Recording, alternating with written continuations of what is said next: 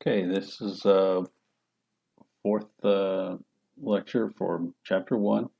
The concept check 1.2, the summarize the phases of the business cycle. There are six phases.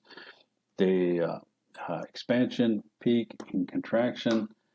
Expansion, those all occur when the economic growth is above the trend line or the average, if you will.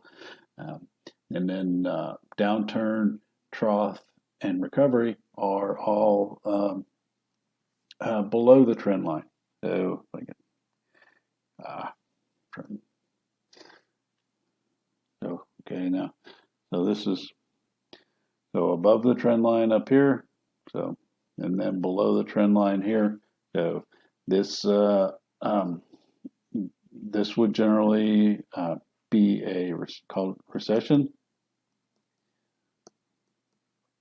and this, and for the most part, is referred to as economic growth or expansion.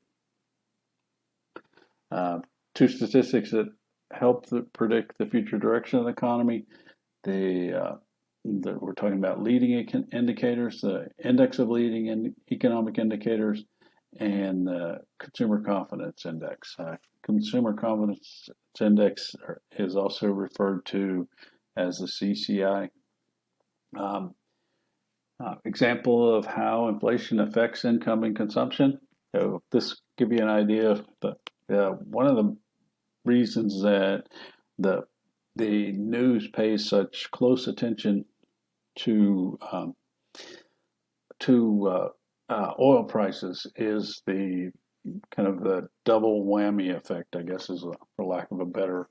Um, so, so for example, oil prices go up, so the price of gas is going to go up. So it directly affects consumers. As we mentioned before, you uh, your gas prices go up, so you have to allocate your resources differently. You have to, because you don't, unless you drive less. Most people have to drive to go to and from work and so forth, and that's a necessary expense.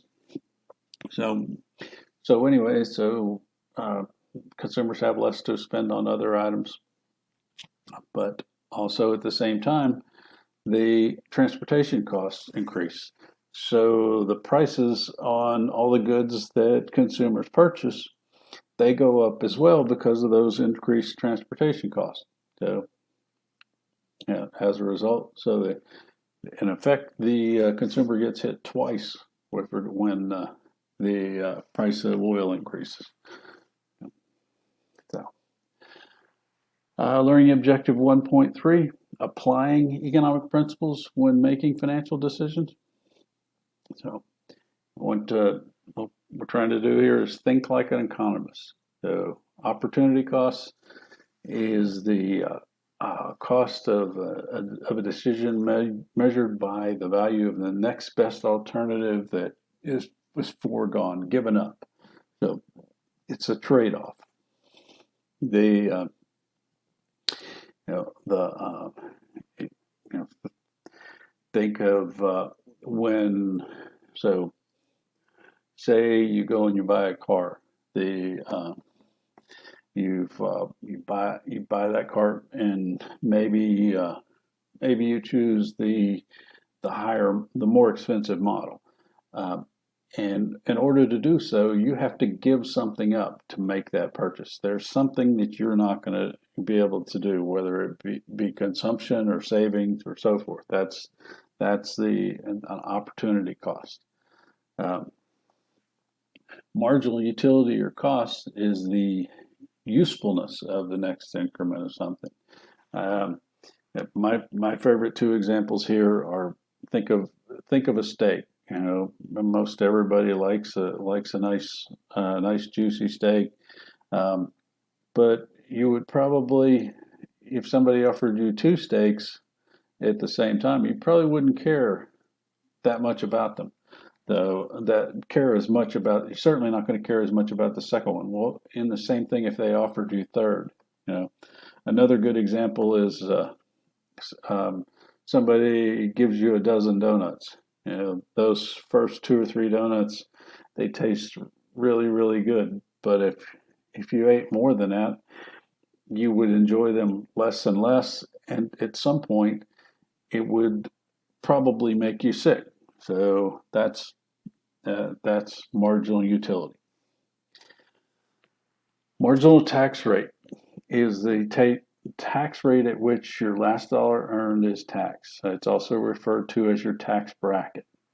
Um, Best kind of income you can have is tax exempt income. Uh, the only source of exempt income most of us have access to is referred to as municipal bonds. Um, yeah, with some exceptions, but for the most part, for you and me, that's where the source of tax exempt income. Um, so the second best kind of income is tax sheltered income. That tax sheltered is comes in the form of your employer's retirement plan, and also in the form of IRAs. Um, the IRAs tend to be less beneficial because the more you make on an IRA, the less you get to deduct with regard to the tax sheltering. The income on them is tax sheltered. So the idea of tax sheltering is you don't pay taxes now, you pay it in the future when you withdraw the money. The next table shows us tax sheltered returns and the so figure 1.4. So we've took the blue shows say a person the that this is contributes $2,000 a year. So so all of these show that $2,000 a year and earns 10%. Then the person in the blue is paying 25% tax. So in the first 10 years, the difference is 31,000, almost 32,000 versus just under 28,000. So the difference isn't as great.